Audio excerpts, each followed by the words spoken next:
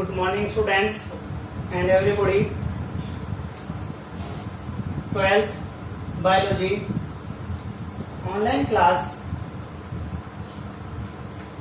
में आज नए टॉपिक स्टार्ट करते हैं। लेसन नंबर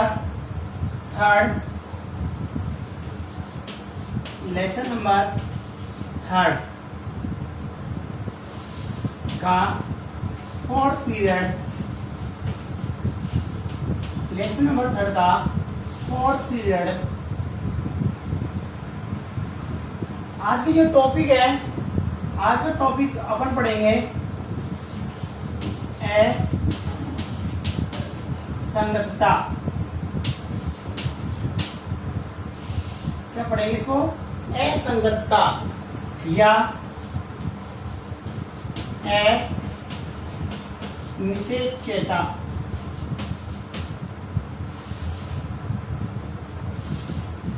पढ़ेंगे असंगतता या अनिश्चितता।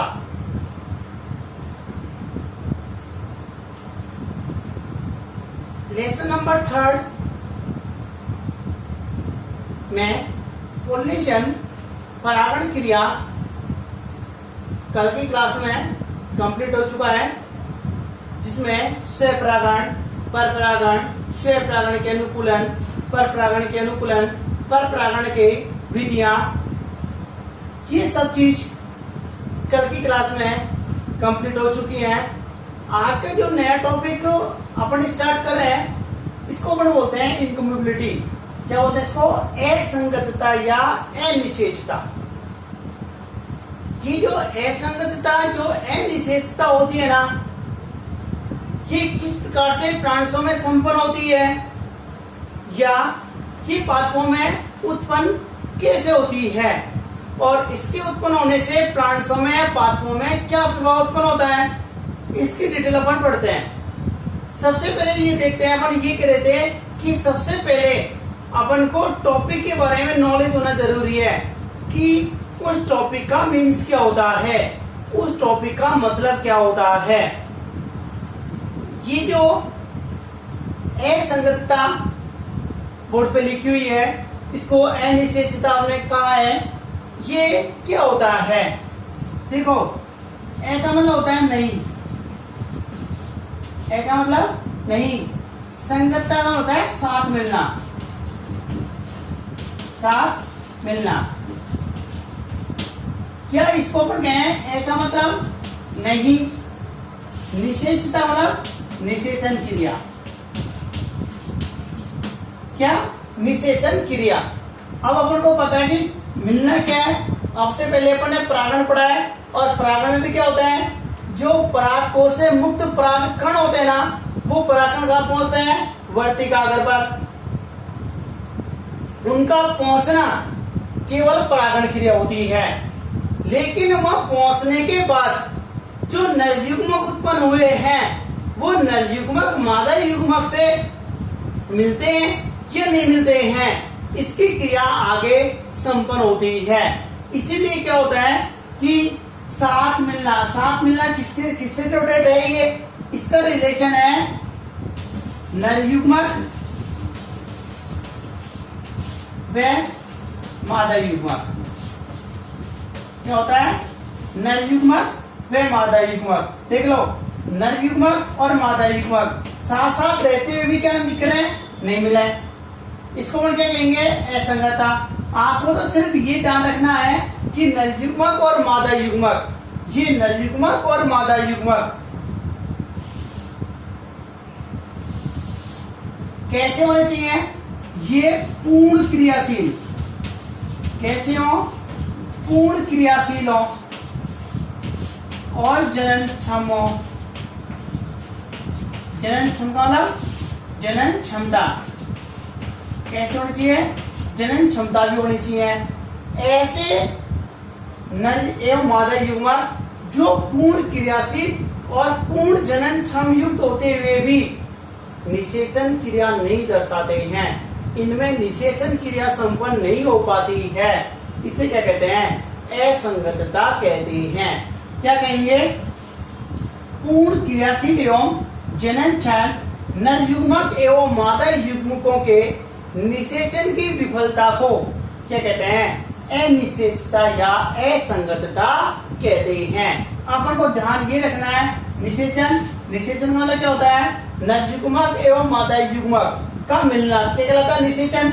लेकिन आगे क्या लग रहा है? नहीं, तो क्या हो जाएगा इसमें? नर युग्मक एवं मादा युग्मकों में जब निषेचन क्रिया नहीं हो पाती है किन्हीं भी कारणों से, तो वो क्रिया क्या कहलाती है? अनिषेचता या असंगतता कहलाती है। इसकी परिभाषा एक बार नोट करते हैं।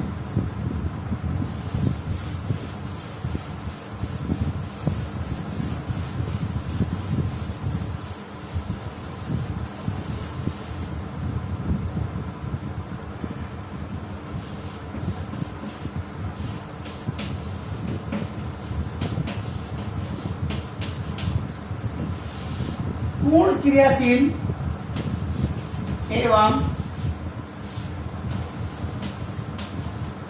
जननक्षम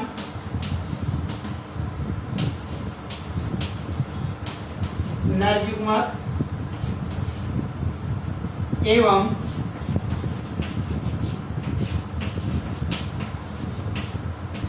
मादा युग्मकों नर युग्मक एवं मादा युग्मकों के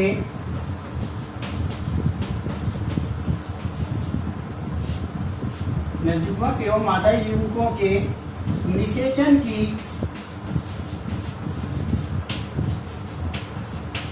मादा युग्मकों के निषेचन की विफलता को असंजनन या अनिषेचता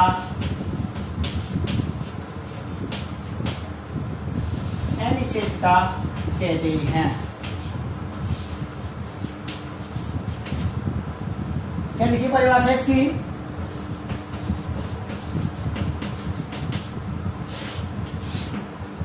पूर्ण क्रियाशील नर युग्मक और मादा युग्मक कैसे होने चाहिए?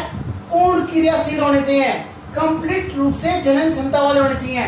कैसे होने चाहिए? पूर्ण क्रियाशील भी होने चाहिए और जनन क्षमता वाले भी होने चाहिए। ऐसे नर युग्मक और जो मादा युग्मक होते हैं, इनके निषेचन की जो विफलता होती है, इनके निषेचन की विफलता को ही क्या कहते हैं? असंगतता या अनिषेचता कहते हैं। कुल मिलाकर ये कहें कि अपने पास एक बार देख लो, मैं आपको बता दूं, ये क्या अपने पास मान लो ये नर युग्मक है। क्या है ये तो अपने पास नर युग्मक हो गया और ये अपने पास कोई मादा युग्मक हो गया। क्या हो गया? ये मादा युग्मक हो गया। यदि इन दोनों का संलयन हो जाता है, क्या हो जाता है? इन दोनों का संलयन हो जाता है, जब तो क्या हो जाएगा? निषेचन क्रिया संपन्न हो जाएगी। लेकिन इन दोनों के नर युग्मक और मादा युग्मकों के जो संलयन है, इनकी जो संलयन की विफलता होती है,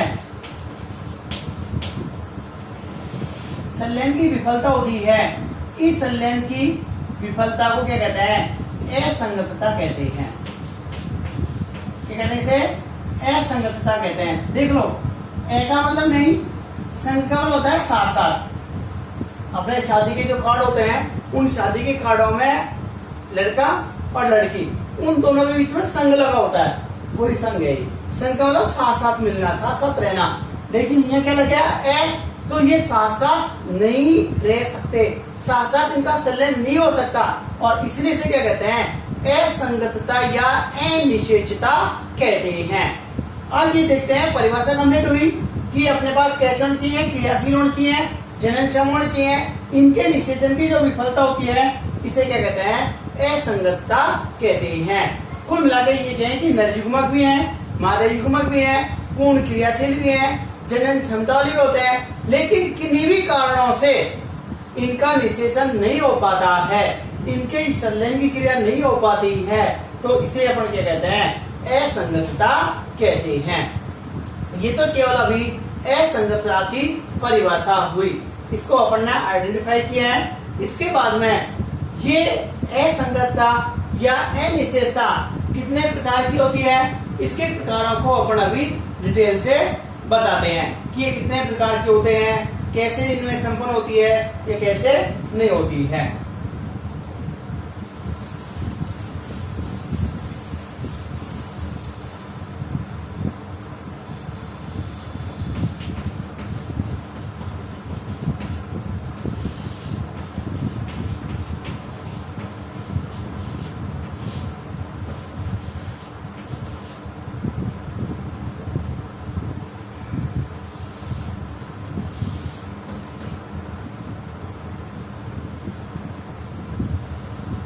कितने प्रकार की होती है असंगतता? असंगतता दो प्रकार की होती है। एक तो अपने पास होती है अंतराजातीय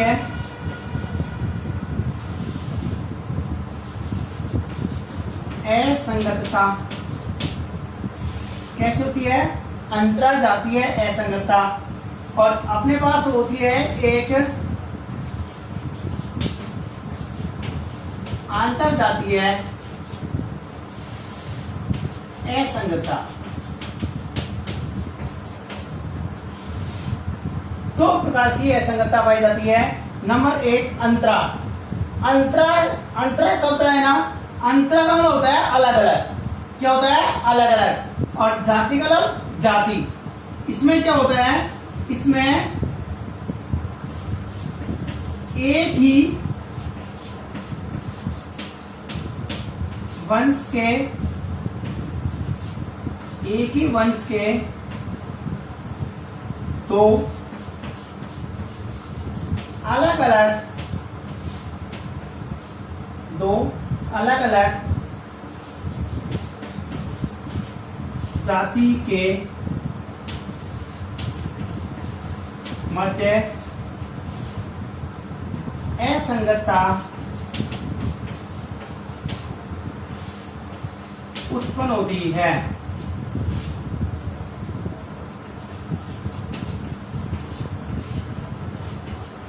आपने इसको कहा है अंतरा। अंतरा होता है अलग अलग जाति मतलब जाति। अलग अलग जाति के जीवों के बीच में, आत्माओं के बीच में जो असंगतता पाई जाती है, इसे अपन क्या कहते हैं? अंतराजातीय असंगतता कहते हैं। इस अंतराजातीय में जैसे देखो एग्जांपल अपन बताएं, ब्रेसिका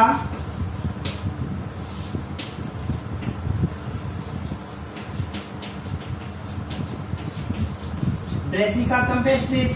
कैसा हो गया? वंश तो एक ही हो गया, लेकिन जातियां होनी चाहिए। इन दोनों के बीच यदि क्रॉस कराएं तो इधर क्या जाएगा? ब्रेसिका रापा। ब्रेसिका रापा।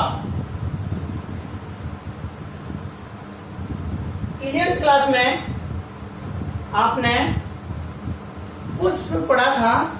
उस पुष्प में आपने कुल पढ़े होंगे या उनका क्लासिफिकेशन पढ़ा होगा। वहां पे आपने दो चीज पढ़ी होगी। एक तो पढ़ा होगा वंश और एक पढ़ेगी आपने जाति।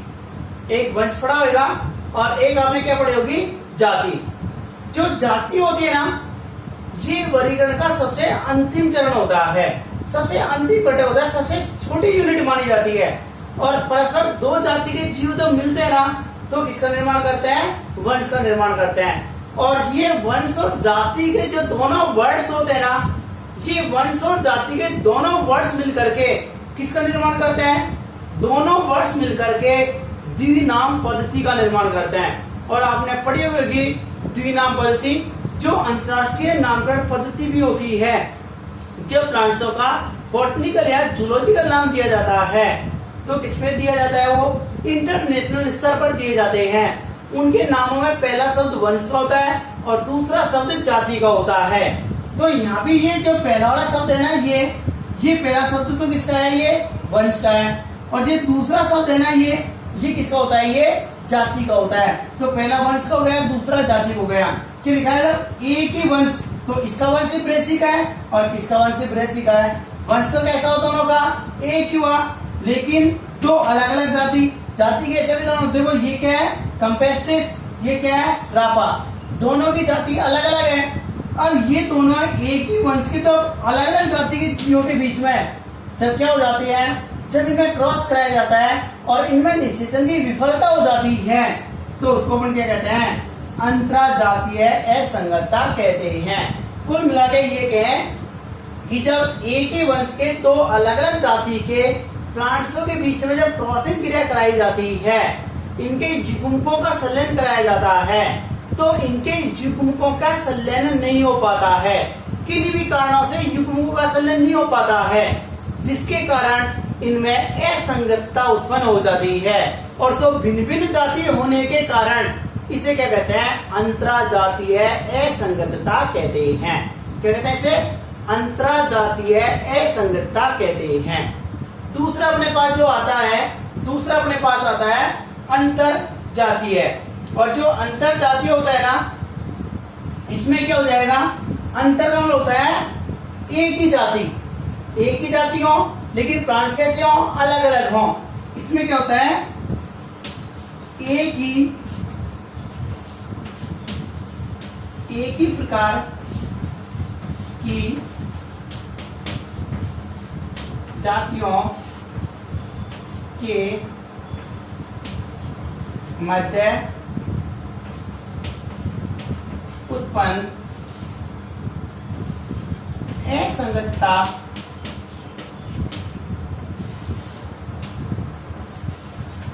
अंतर जातीय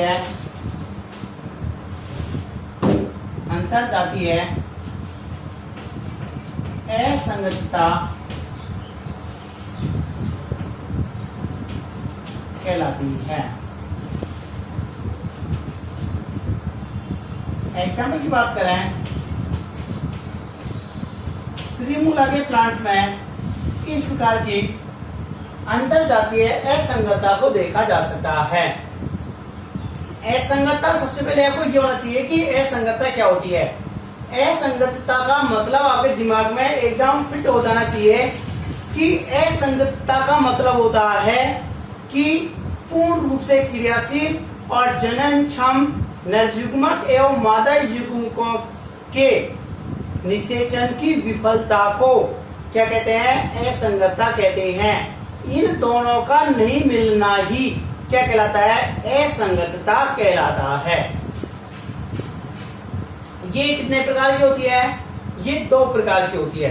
कौन कौन सी, नंबर 1 अंतरजातीय है और नंबर 2 अंतरजातीय है। जो अंतरजातीय होती है ना, ये अंतरजातीय का मतलब क्या होता है, अंतरा का मतलब होता है अलग अलग, और जाति का मतलब क्या होता है, जाति। जब अलग अलग जाति के जीवों के बीच में जब असंगतता उत्पन्न होती है तो इस प्रकार की असंगतता क्या कहते हैं, अंतरजातीय असंगतता कहते हैं। देख लो, एक ही वंश के दो अलग अलग जाति के मध्य में जो असंगतता उत्पन्न होती है इसे क्या कहते हैं अपन, अंतरजातीय असंगतता कहते हैं। जैसे मान लो कोई एग्जांपल अपन देखें कि वंश एक ही हो और जाति अलग अलग हो, तो ब्रेसिका कैम्पेस्ट्रिस और ब्रेसिका रापा के बीच में जब क्रॉसिंग क्रिया कराई जाती है तो इन पादपों में असंगतता उत्पन्न हो जाती है। कुल मिलाकर ये कहें कि इनमें निषेचन क्रिया संपन्न नहीं होती है, और निषेचन क्रिया संपन्न नहीं होने के कारण इनमें नई संततियों का विकास नहीं हो पाता है। दूसरी आती है अंतरजातीय। अंतर में क्या, दूसरा आता है अंतरजातीय।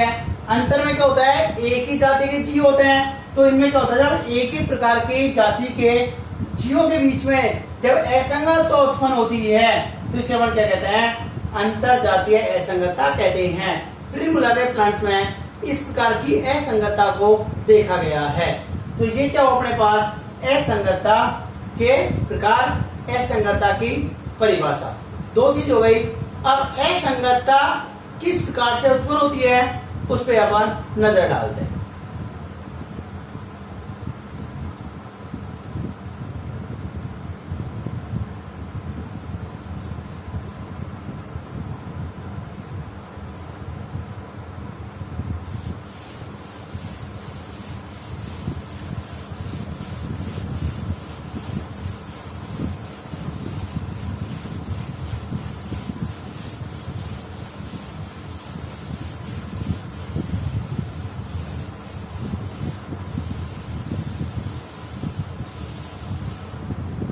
इसी के नीचे जो भी लास्ट में टॉपिक है, इसी के नीचे अपन लिखते हैं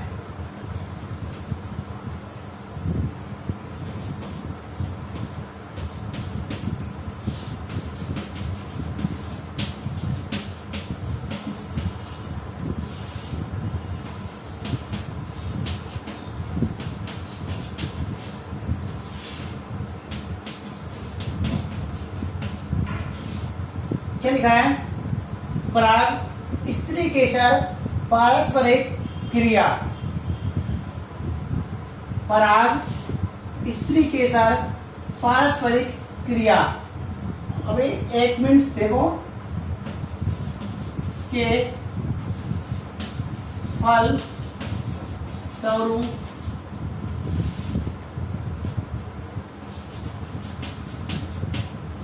असंगतता उत्पन्न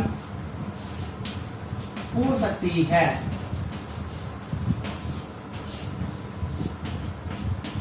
देखो, पराग स्त्री केसर पारस्परिक क्रिया, ये वर्ड्स, ये टॉपिक पहले भी मैं आपको डिटेल से बता चुका हूं। पराग स्त्री केसर पारस्परिक क्रिया का मतलब क्या होता है कि जब अपने लेसन नंबर 1 और लेसन नंबर 2 का जब अध्ययन किया था, तो लेसन नंबर 2 में जब अपने परागकण पढ़ा था, तो उस परागकण क्रिया के साथ में अपन ने पढ़ा था कि जब पराग कोश से जब परागकण मुक्त होते हैं, तो इन परागकोश का जब निर्माण होता है, तो परागकोश के निर्माण के समय जब भित्ति बनती है, उस समय कुछ विशेष प्रकार के जीन इस क्रिया को नियंत्रित करते हैं।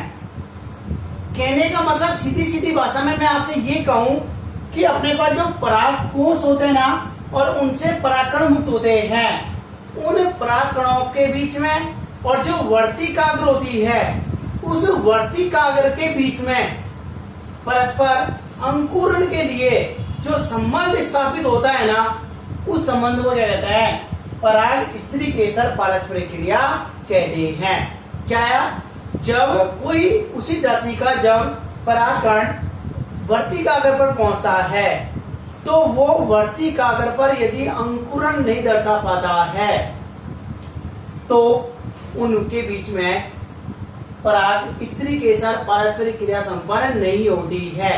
और यदि वे अंकुरित हो जाते हैं, तो उनमें पराग स्त्री केसर पारस्परिक क्रिया संपन्न हो जाती है।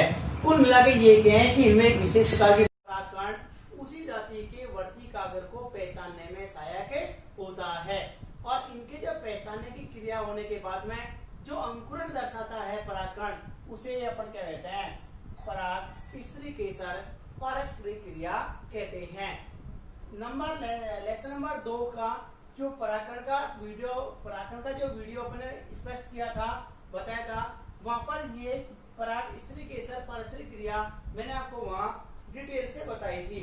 इसके बाद भी मैंने इसकी दोबारा एक बार रिवाइज करा दिया है, और रिवाइज कराने के बाद में इस टॉपिक को अपन आगे कंटिन्यू करते हैं। जो असंगतता उत्पन्न हुई है ना, इस असंगतता के कुछ आकारिकीय और कार्यकीय कारक हो सकते हैं। इस असंगतता के कुछ कारक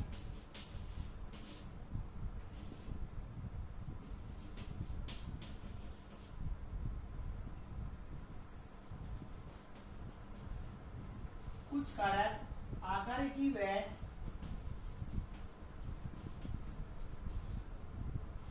कार्यकी हो सकते हैं। अभी अपने कहा कि असंगतता उत्पन्न होने के लिए उनका जो आकारिकी परफॉर्मा है और जो कार्यकी प्रभाव है, ये भी क्या कर सकते हैं, असंगतता को उत्पन्न करने में सहायक हो सकते हैं। इनका जो नियंत्रण होता है ना, वो एक जीन के बहुयुग्म विकल्पों द्वारा होता है। क्या होता है, इनका नियंत्रण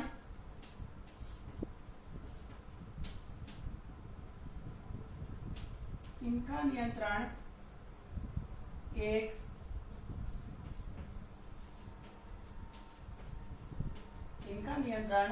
एक जीन के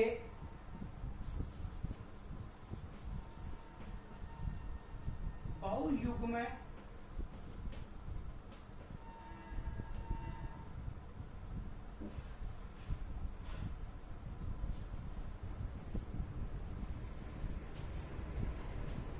विकल्पों द्वारा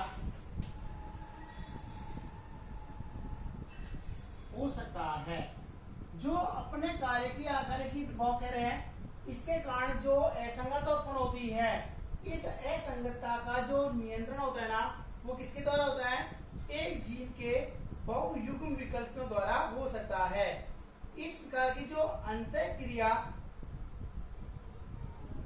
इस प्रकार की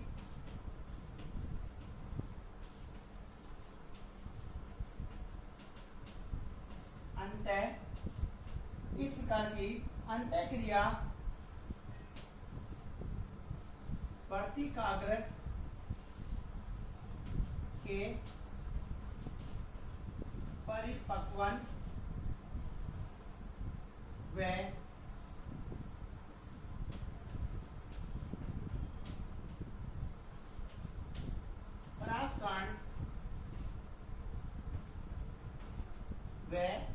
परागकण भित्ति के बनने के समय होती है। इसके समय होती है? परागकणों की भित्ति के बनने के समय होती है। ये जो नियंत्रण क्रिया होती है, सबसे पहले अपने कहा है कि पराग स्त्री केसर पारस्परिक क्रिया के फलस्वरूप असंगतता उत्पन्न हो सकती है। ये असंगतता जो उत्पन्न होती है ना, ये किसके द्वारा हो सकती है? आकारिकी और कुछ कार्यकी प्रभाव हो सकते हैं, कुछ कारक हो सकते हैं। और जो ये कार्यकी और जो आकारिकी प्रभाव होते हैं ना, ये किसके द्वारा नियंत्रित होते हैं? एक जीन के बहुयुग्म विकल्पों द्वारा नियंत्रित होते हैं। और ये जो बहुयुग्म विकल्प होते हैं ना, ये क्या करते हैं? जिस समय वर्तिकाग्र का परिपक्वन हो रहा होता है और परागकण की भित्ति का निर्माण होता है, उस समय ये जीन क्या करते हैं? ये नियंत्रित करते हैं। ये जो असंगतता को निर्धारित करने वाले जो जीन की प्रकृति और उत्पत्ति होती है, असंगतता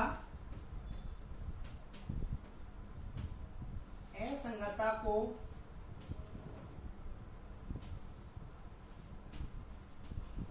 उत्पन्न करने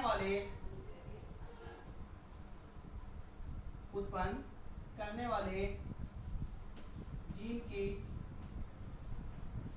प्रकृति व उत्पत्ति के आधार पर असंगतता को निम्न भागों में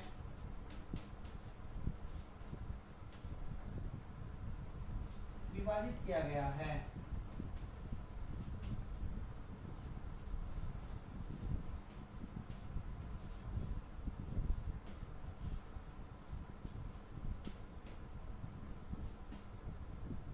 देखो क्या है ये, एक बार दोबारा समझ लीजिए।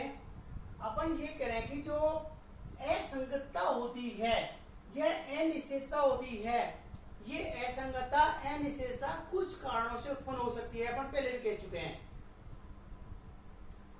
अपन ने ये कहा है कि पराग स्त्री केसर पारस्परिक क्रिया, पराग स्त्री केसर पारस्परिक क्रिया क्या होती है? एक बार मैं दोबारा रिवाइज कर देता हूं, दोबारा ध्यान से सुनिए। पराग स्त्री केसर पारस्परिक क्रिया का मतलब क्या होता है? जब परागकण वर्तिकाग्र पर पहुंचता है तो इनके परागकणों की भित्ति में और जो वर्तिकाग्र होती है, इनमें एक विशेष प्रकार की प्रोटीन पाई जाती है या एक विशेष प्रकार के जीन पाए जाते हैं, जिसके कारण उसी जाति का परागकण उसी जाति की वर्ती कागर को पहचानने में सहायक होता है और उसके बाद में वो पराकण उसी पादप की वर्ती कागर पर जो अंकुरण क्रिया दर्शाता है, इस क्रिया को क्या कहते हैं? पराग स्त्री केसर पारस्परिक क्रिया कहते हैं। और जब मैंने टॉपिक लेसन नंबर 2 में पढ़ाया था तो उसमें आपसे कहा भी था कि ये बोर्ड एग्जाम में भी पूछा जा चुका है। इसलिए क्या होता है कि जब इनके बीच में पारस्परिक क्रिया होती है तो उस समय कुछ कारक ऐसे हो सकते हैं जिसके कारण इनमें विफलता उत्पन्न हो जाती है और जिससे असंगतता उत्पन्न हो जाती है। किसी कारण से उसी जाति का परागकण उसी जाति की वर्ती कागर को नहीं पहचान पाता है, जिसके कारण असंगतता उत्पन्न हो जाती है। ये जो असंगतता पॉइंट बाय पॉइंट देखो, जो ये असंगतता उत्पन्न हुई है, ये असंगतता कुछ आकारिकी और कुछ कार्यिकी कारकों के माध्यम से उत्पन्न हो सकती है। और जो कार्यिकी और जो आकारिकी जो फैक्टर हैं, ये किसके द्वारा नियंत्रित होते हैं? ये एक जीन के बहुयुग्म विकल्पों द्वारा नियंत्रित होते हैं। इनमें जो असंगतता उत्पन्न हुई है वो एक जीन के बहुयुग्म विकल्पी प्रभावी होते हैं। जैसे इस प्रकार की जब अंतःक्रिया कब होती है, ये जीन बहुविकल्प कब नियंत्रित करते हैं? जब अंतःक्रिया होती है कब? वर्ती कागर के परिपक्वन के समय और परागकण की जो वृद्धि का निर्माण होता है उस समय ये जीन इस क्रिया को नियंत्रित करते हैं।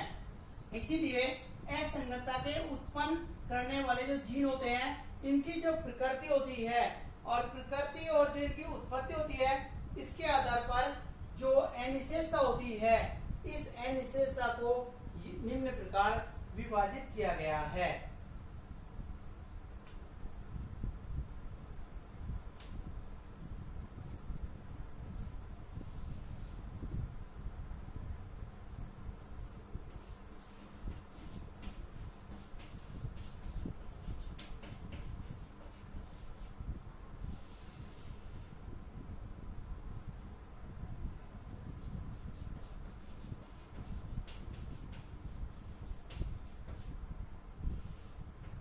नंबर 1 बीजाणुविद अनिश्चितता और नंबर 2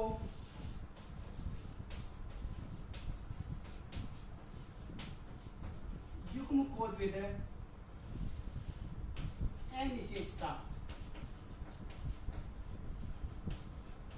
जो अनिश्चितता होती है ना, इसे स्वबंधता भी कहते हैं, क्योंकि उसी जाति का परागकण उसी जाति की वर्ती कागर पर नहीं पहुंच पा रहा है, पहुंच तो रहा है लेकिन वो अंकुरित नहीं हो पा रहा है किन्हीं कारणों से, इसलिए इसे क्या कहते हैं? स्वबंधता भी कहते हैं।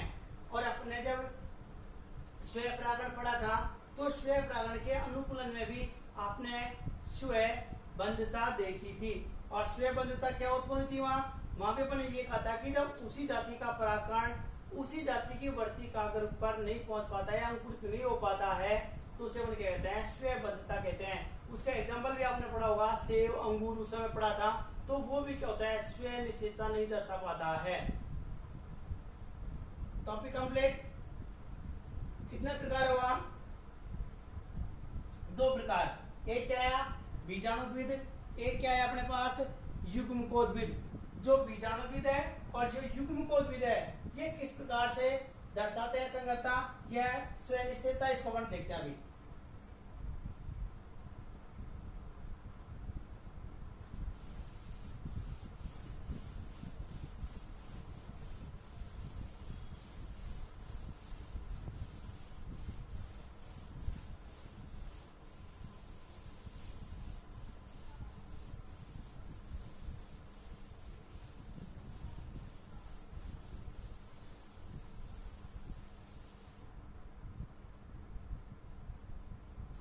ये जो टॉपिक आया है, इस टॉपिक जो दोनों नाम आए हैं, इन दोनों नामों को एक बार मैं दोबारा ऊपर लिख करके एक और डिटेल समझाता हूँ। एक कौन सा है? बीजाणुविद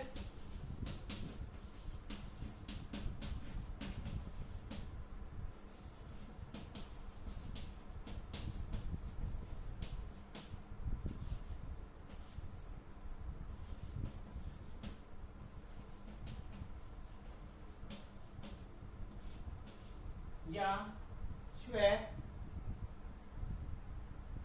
अनिश्चितता, इसको स्व अनिश्चितता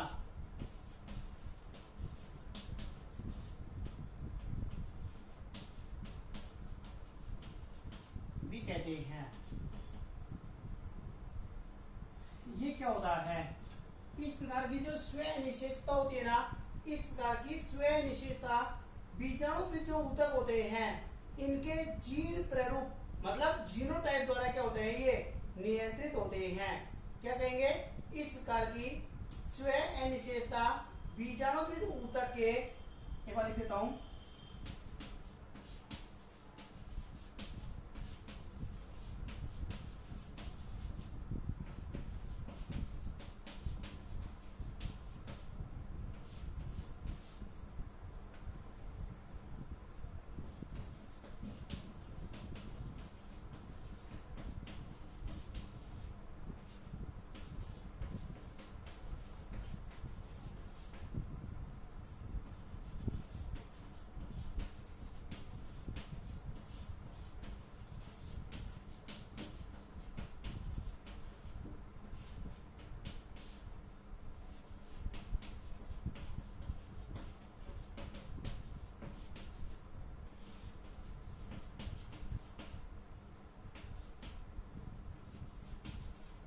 क्या लिखा है?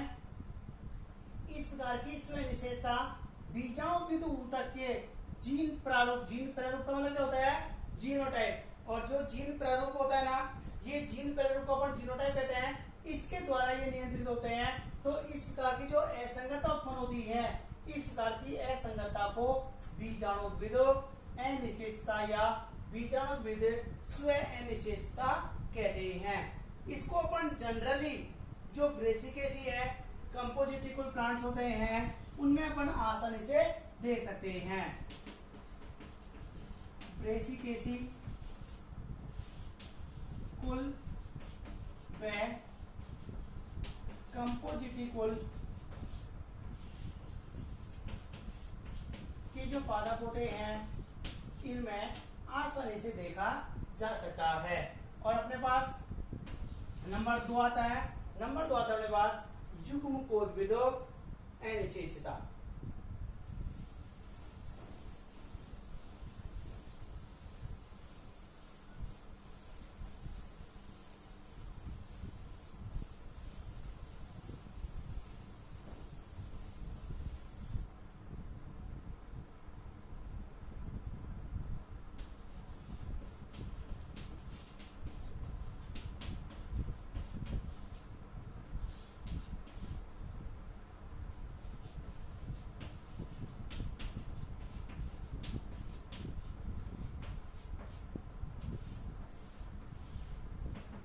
दूसरा क्या है अपने पास? युग्मकोद्भिद स्व अनिश्चितता। यहाँ क्या था? बीजाणुविद ऊतक है, यह क्या है? युग्मकोद्भिद है। तो वहां तो केवल बीजाणुविद के बारे में बात करी थी, यहाँ किसकी बात करेंगे? यहाँ युग्म की बात करेंगे। और जो ये युग्मकोद्भिद होते हैं ना, युग्मकोद्भिद नर युग्मकोद्भिद मतलब परागकण के जो जीन प्रारूप होते हैं ना, उनके द्वारा नियंत्रित होते हैं। इस प्रकार की स्व अनिश्चितता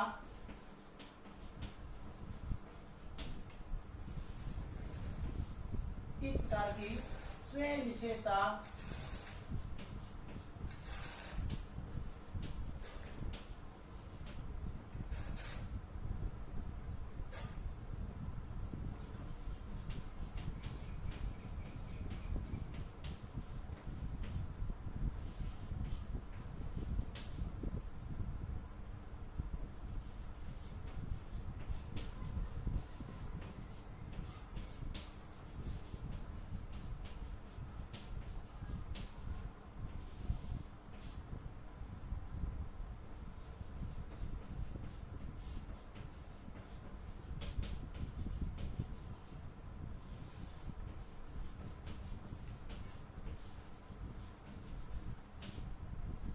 इसमें क्या लिखा है? नर युग्मकोद्भिद परागकण। और जो नर युग्मकोद्भिद जो परागकण होते हैं ना, इनके जो जीन युग्म पाए जाते हैं, जीनोटाइप पाए जाते हैं, इन जीनोटाइप के जीन होते हैं, ये क्या करते हैं, इसको नियंत्रित करते हैं। सोलनेसी है, लिलिएसी कुल प्लांट्स हैं।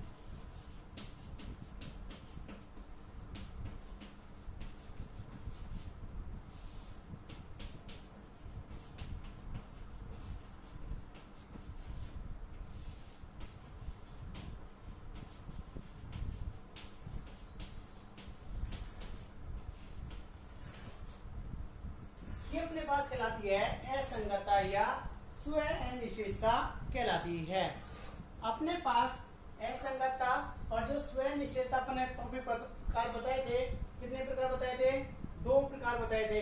कौन कौन से बताए थे, एक अपन ने बताया था अंतरजातीय और एक अपन ने बताया था अंतरजातीय। अंतरजातीय में क्या कहा था, 2 अलग अलग जाति के, और अंतरजातीय में एक ही जाति के बीच में होता है। फिर अपन ने ये कहा था कि जो पराग स्त्री के साथ पारस्परिक क्रिया होती है, ये कार्यकी रूप से और शारीरिक रूप से क्या दर्शा सकते हैं, ये असंगतता उत्पन्न कर सकते हैं। और जो असंगतता उत्पन्न होती है ना, ये जिनके बहुयुग्म विकल्पियों द्वारा नियंत्रित हो सकती है। और ये क्रिया कब होती है, जब वर्तिकाग्र का परिपक्वन हो रहा होता है और जब परागकण भित्ति का निर्माण हो रहा होता है, तो उस समय ये जीन इस क्रिया को नियंत्रित करते हैं। ये जीन जब नियंत्रित क्रिया करते हैं, तो ये जिस समय इनका निर्माण हो रहा होता है, तो उस समय क्या करते हैं, ये इस प्रकार की जो क्रिया होती है, इस क्रिया को ये नियंत्रित करते हैं। इसलिए क्या होता है, इन जीनों की जो प्रकृति होती है और इनकी जो उत्पत्ति होती है, इसके आधार पर इन्हें कितने भागों में बांटा, 2 भागों में बांटा। नंबर 1 कौन सा कहलाता है अपने पास, बीजाणुविद स्व निश्चेषता, और दूसरा क्या आता है, युग्मकोद्भिद स्व निश्चेषता। बीजाणुविद में क्या होता है, इस प्रकार की स्व निश्चेषता में बीजाणुविद ऊतक के जीन प्रारूप, जीन प्रारूप होता है जीनोटाइप। 2 प्रकार के टाइप पाए जाते हैं, एक होता है फिनोटाइप और एक होता है जीनोटाइप। तो यह कौन सी क्रियाशील होते हैं, यह जीनोटाइप क्रियाशील होते हैं। और ये जीनोटाइप होते हैं ना, ये जीनोटाइप क्या करते हैं, इस क्रिया को नियंत्रित करते हैं। जबकि युग्मकोद्भिद जो स्व निश्चेषता होती है, इस युग्मकोद्भिद जो स्व निश्चेषता होती है, इसमें जो नर युग्मकोद्भिद और नर युग्मकोद्भिद क्या होता है, परागकण, परागकण की जो जीनोटाइप होती है, ये परागकण की जीनोटाइप इस प्रकार की स्व निश्चेषता को नियंत्रित करती है। ये एक टॉपिक कंप्लीट हुआ जिसका नाम था असंगतता या स्व अनिश्चितता या अनिश्चितता पर इसको कहा है। ये जो टॉपिक कंप्लीट हुआ है आज का, ये एक टॉपिक कंप्लीट हुआ है। आगे जो दूसरा टॉपिक नया अपन प्रारंभ करते हैं, नया टॉपिक आता है, सबसे महत्वपूर्ण टॉपिक है, सबसे एक रीजन एक और रह गया था इसमें थोड़ा सा,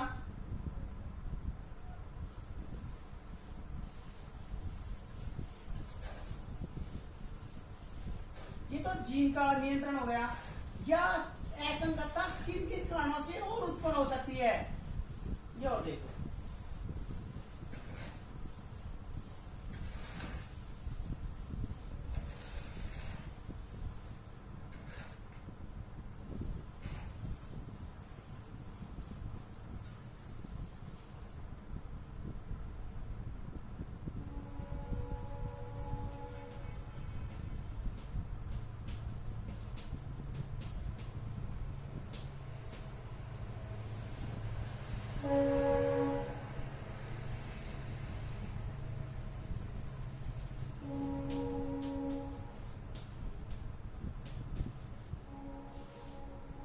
धातु में स्व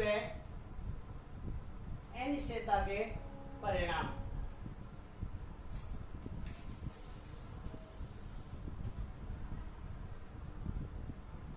देखो कुछ फैक्टर है, मैं आपको डिटेल से एक ही बताता हूं।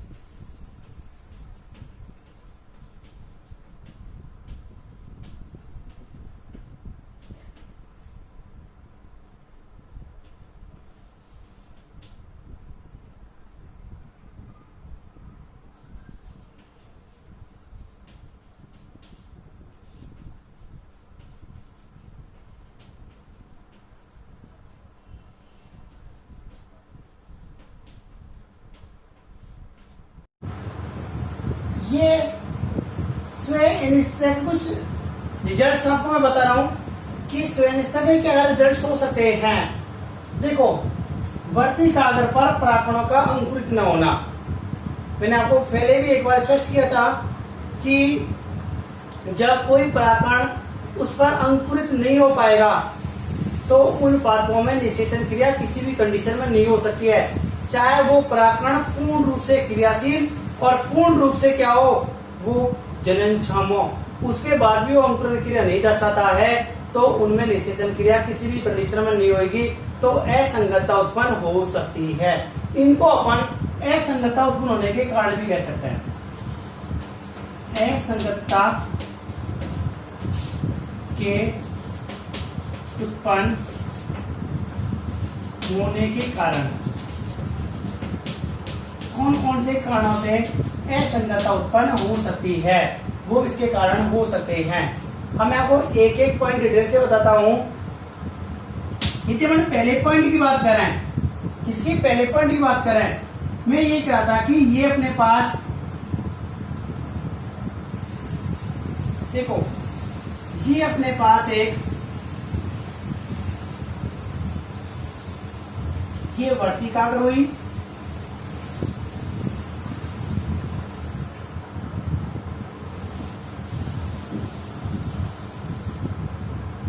एक एक देखो,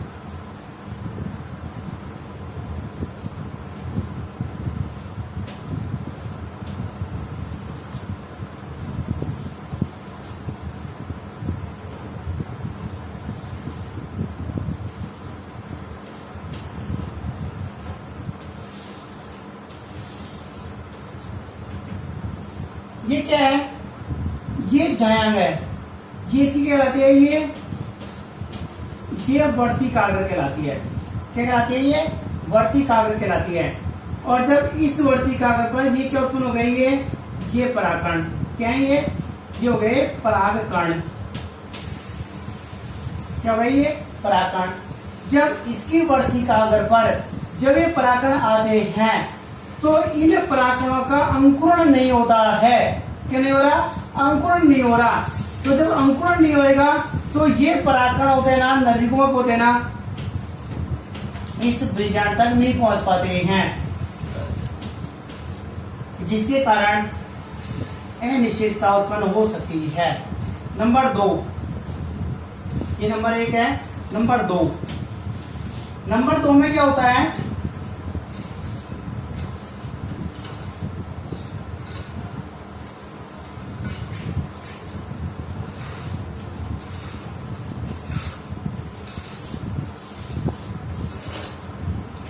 ये परागकण अंकुरण तो दर्शाते हैं, ये क्या हो जाते हैं, ये अंकुरित तो हो जाते हैं, अंकुरित परागकण, लेकिन इस परागनलिका की आगे वृद्धि नहीं हो पाती है, ये परागनलिका यहीं पर रुक जाती है। परागनलिका की वृद्धि अवरुद्ध, क्या हो गई, परागनलिका की वृद्धि अवरुद्ध हो गई। तीसरा क्या है, परागनलिका का मध्य से स्फुटन। ऐसे परागकण जो अंकुरित भी हो गए, लेकिन अंकुरित होने के बाद में परागनलिका की वृद्धि भी होती है, लेकिन इसके बाद भी असंगतता उत्पन्न हो जाती है।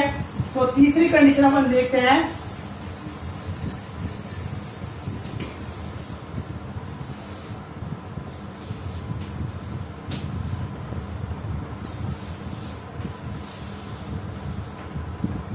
ये परागकण हो गए, ये परागकण अंकुरण हो गया, ये परागनलिका ये बीजांड तक पहुंच भी जाती है, लेकिन किसी भी कारण से ये जो परागनलिका होती है ना, ये बीच में इसका हो जाती है, ये स्फुटित हो जाती है। क्या हो जाती है, ऐसे स्फुटित होती है, फूट जाती है, और फूटने के कारण जो नरयुग्मक होते हैं ना, वो कहाँ जाते हैं, वर्तिका में बाहर निकल जाते हैं। ये कहलाता है परागनलिका का स्फुटन। क्या कहलाता है ये? पराग नलिका मध्य से स्फुटित हो जाएगी तो नर युग्मक आ जाएंगे, बाहर आ जाएंगे और नर युग्मक इस बीजांड तक नहीं पहुंच पाएंगे, जिसके कारण भी क्या होती है? स्व अनिश्चयता उत्पन्न हो जाती है। चौथी कंडीशन देते हैं, चौथी कंडीशन ये देख रहे हैं, पराग नलिका का सही स्थान पर नहीं पहुंचना। ये जो पराग नलिका होती है ना, इसका अंकुरण भी हो गया और अंकुरण होने के बाद में ये स्फुटन भी नहीं दर्शाती है। क्या नहीं दर्शा रही है? स्फुटन भी नहीं दर्शा रही। लेकिन अपने पास ये बीजांड है ना, इस बीजांड में कहाँ पहुंचनी चाहिए? इस बीजांड द्वार तक पहुंचनी चाहिए। ये पराग नलिका अंकुरित हो गई और ये पराग नलिका आ भी गई, लेकिन ये इस बीजांड द्वार तक नहीं पहुंच पाती है। क्या नहीं होती है? इस बीजांड द्वार तक नहीं पहुंच पाती है। और जब ये बीजांड द्वार तक नहीं पहुंचेगी तो निषेचन क्रिया संपन्न नहीं हो पाती है। इसमें पराग नलिका बीजांड द्वार तक नहीं पहुंचती है। क्या होती है? ये बीजांड द्वार कहलाता है, इस बीजांड द्वार नहीं पहुंचती है। जब तक ये बीजांड द्वार तक नहीं पहुंचेगी तब तक कोई भी क्रिया संपन्न नहीं हो सकती है। और लास्ट में यदि बीजांड द्वार में पहुंच भी जाती है तो क्या नहीं होता है? केंद्रों का संलयन नहीं होता है। और जो नंबर 5वीं कंडीशन है, 5वीं कंडीशन अपन ये कहते हैं कि यदि सब काम हो भी जाए तो इसके बाद भी ये नर युग्मक, ये मादा युग्मक, ये बीजांड, यहाँ से परागकणों का अंकुरण हो गया, ये पराग नलिका आई, ये पराग नलिका इस बीजांड द्वार तक पहुंच भी गई, लेकिन नर युग्मक और जो मादा युग्मक होते हैं, ये नर युग्मक और मादा युग्मक संलेख नहीं हो पाते हैं, जिसके कारण भी क्या हो जाती है? स्व अनिश्चयता उत्पन्न हो जाती है। एक एक को फिर से डिटेल से मैं बता रहा हूं आपको। सबसे पहले जब वर्तिकाग्र पर जब परागकण जाते हैं तो ये परागकण इस वर्तिकाग्र पहुंचने के बाद में ये परागकण अंकुरित नहीं हो पाते हैं।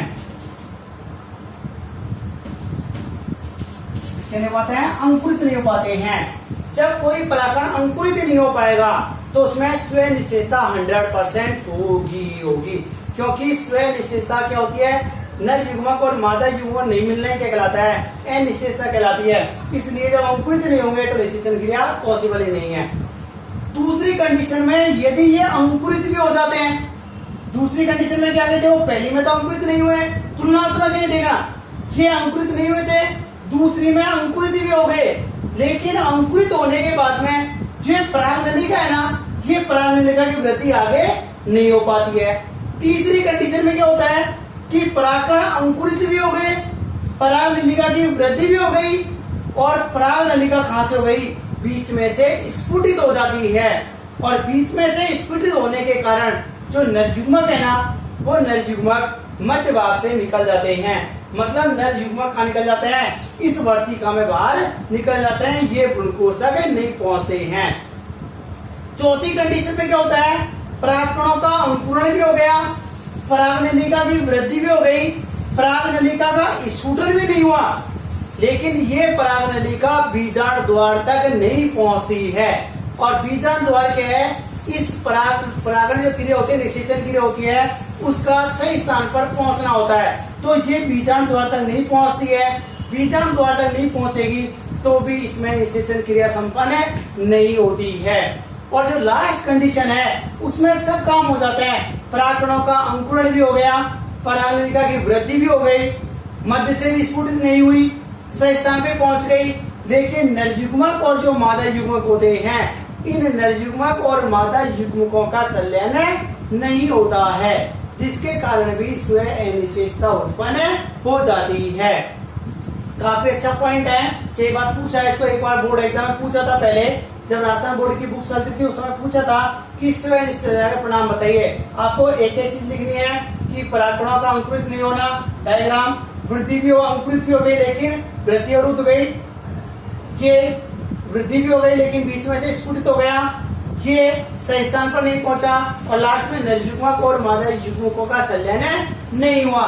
ये जो टॉपिक है, ये टॉपिक आज यही कंप्लीट होता है। ये पहला जो टॉपिक मैंने आपको बताया असंगतता, और जो असंगतता उत्पन्न होने के कारण है, इसके बाद में जो स्वयं निश्चेषता है, इसके जो रिजल्ट्स हैं, ये रिजल्ट्स भी डायग्राम मैंने आपको बहुत अच्छी तरीके से स्पष्ट किए हैं। तुलनात्मक रूप से एक एक को देखते जाइए और एक एक आगे स्पष्ट करती जाइए। सबसे पहले अंकुरण नहीं होगा, दूसरे में अंकुरण भी हो गया लेकिन परागनलिका की वृद्धि नहीं होगी, तीसरे में परागकणों का अंकुरण भी हो गया, परागनलिका की वृद्धि भी हो गई लेकिन बीच में से स्फुट हो जाती है, चौथे में अंकुरण भी हो गया, वृद्धि भी हो गई, स्फुटन भी नहीं हुआ लेकिन ये सही स्थान पर नहीं पहुंचा, और लास्ट कंडीशन में अंकुरण भी हुआ, वृद्धि भी हुई, सही स्थान पर पहुंचा लेकिन नर युग्मक और मादा युग्मकों का संलयन नहीं होता है। ये क्या कहलाता है? स्व अनिश्चेतता के रिजल्ट्स कहलाते हैं। ये टॉपिक कंप्लीट होता है आज का। नेक्स्ट टॉपिक कल की क्लास में निषेचन क्रिया, सबसे इंपॉर्टेंट टॉपिक है निषेचन क्रिया, और निषेचन क्रिया को डिटेल से स्पष्ट किया जाए।